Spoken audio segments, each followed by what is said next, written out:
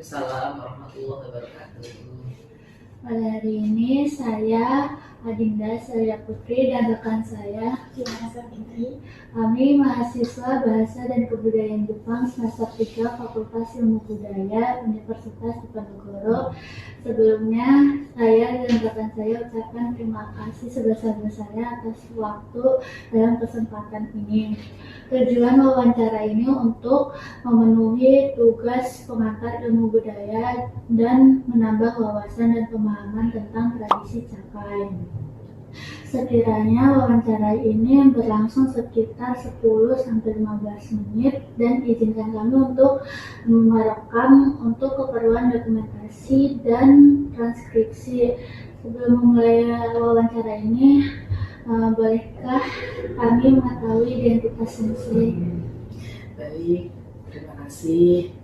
Assalamualaikum warahmatullahi wabarakatuh. Waalaikumsalam warahmatullahi wabarakatuh. Minasan konnichiwa. Konnichiwa sensei. Hejimashite, watashi wa Rohastu Tomoshimasu. Yoroshiku onegaishimasu. Perkenalkan, nama saya Indra Suti. Saya adalah dosen S1 BKJ Bahasa dan Kebudayaan Jepang. Kalian saya dalam S1 BKJ itu di bidang sastra. Yoroshiku onegaishimasu. Baik, kita mulai wawancara kali ini. Yang pertama, bagaimana asal-usul tradisi Cakai dalam sejarah Jepang? Baik, Cakai itu sendiri artinya kan pertemuan teh ya. Sejarahnya itu dibawa oleh Buddha atau diperkenalkan oleh Buddha ke Jepang pada abad ke-9 dari Tiongkok. Kemudian mengalami perkembangan itu pada abad ke-15, di mana di situ mulai diadakan upacara minum teh. Nah, upacara minum teh itu sendiri makin populer diperkenalkan oleh Senno Rikyu dengan perkenalan dari Zen Buddha ya. Jadi Cakai ini itu sendiri merupakan perkembangan teh atau jaman teh yang sederhana dibandingkan dengan Chanoyu ya. Chanoyu itu lebih panjang, lebih lama dan lebih formal dibandingkan dengan Cakai, perkembangan teh sendiri. Lanjut ke pertanyaan kedua, peralatan apa saja yang digunakan dalam tradisi Cakai? Dalam Cakai itu sendiri ada alat-alat yang harus diperhatikan. Pertama adalah cawang, ada semacam mangkok ya. Kemudian ada caseng, itu sikap bambu untuk mengocok teh yang akan diseduh di situ ya, teh hijau kan biasanya ya. Kemudian ada casoku, itu sendok khusus untuk teh. Kemudian ada kama, ada semacam kayak katel gitu ya, seret kecil yang isinya itu air panas. Kemudian ada kain sutra untuk membersihkan melap alat yang sudah digunakan. Pertanyaan ketiga, bagaimana urutan tata cara dalam tradisi Cakai? Kalau Cakai sendiri biasanya tamu kan dipersilakan masuk dulu, kemudian disiapkan alat-alatnya yang akan digunakan untuk jamuan kepada tamu itu sendiri ya. Kemudian di dalam Cakai sendiri itu terkadang juga ada kue manis untuk menyeimbangkan, menetralisir dari Cakai yang tadi atau teh itu yang pahit ya, sehingga enak, terasa enak gitu. Kemudian tadi silakan tamu duduk, kemudian dihidangkan, dibuatkan teh satu persatu gitu ya, untuk Cakai itu sendiri. Nah di sini itu juga pada saat Cakai atau pertemuan teh itu benar-benar memperhatikan ketenangan ya, menghargai tuan rumah, sehingga akan terbentuk sebuah pertemuan teh atau jamuan teh, sebuah teh yang baik gitu ya, yang enak antara tamu maupun yang tuan rumah. Lanjut, pertanyaan berikutnya akan dilanjutkan oleh rekan saya. Ya silakan, ya rasa. Pertanyaan selanjutnya, saya akan menanyakan hal-hal apa saja yang harus diperhatikan pada saat cakai sensei. Yang harus diperhatikan pasti sopan santun ya, sopan santun saat minum teh ya, tidak boleh terlihat buru-buru atau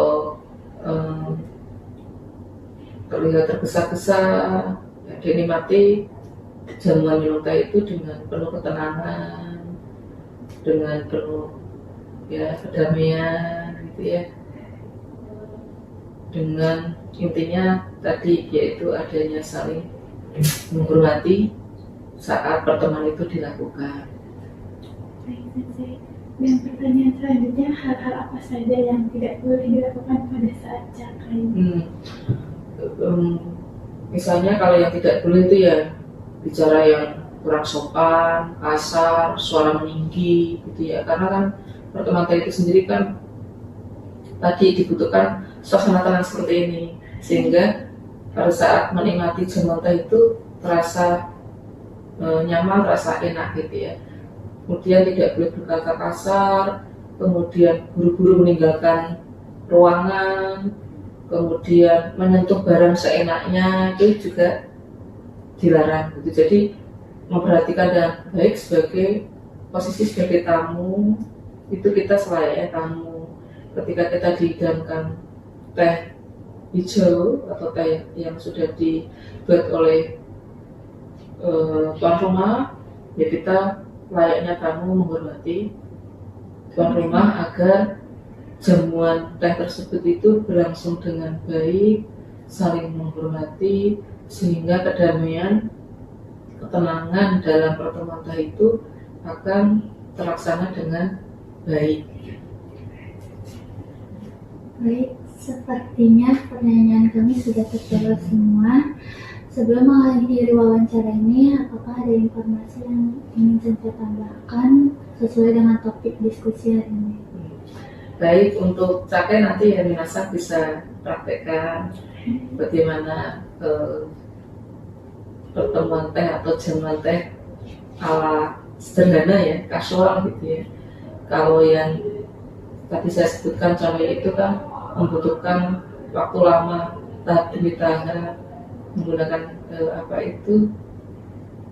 rangkaian yang lumayan untuk tercipta jamuan teh yang baik, karena kasual dan formal itu kan berbeda. Cuma cakai ini lebih kasual, lebih informal, lebih rileks dibandingkan dengan yang canggih. Ya, semoga nanti merasa bisa mempraktekkan bagaimana cara menjamu tamu, membuatkan teh, menyiapkan hidangan kue-kue manis sambil menikmati minuman teh dengan nyaman, enak, ngobrol dengan baik dan suasana yang tenang. Baik, untuk pertemuan hari ini sekiranya cukup.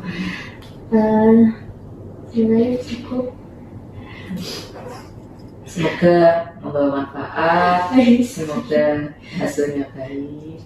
Ya, kemudian nanti bisa belajar budaya Jepang lainnya untuk minasan ya. Itu demikian yang bisa saya sampaikan.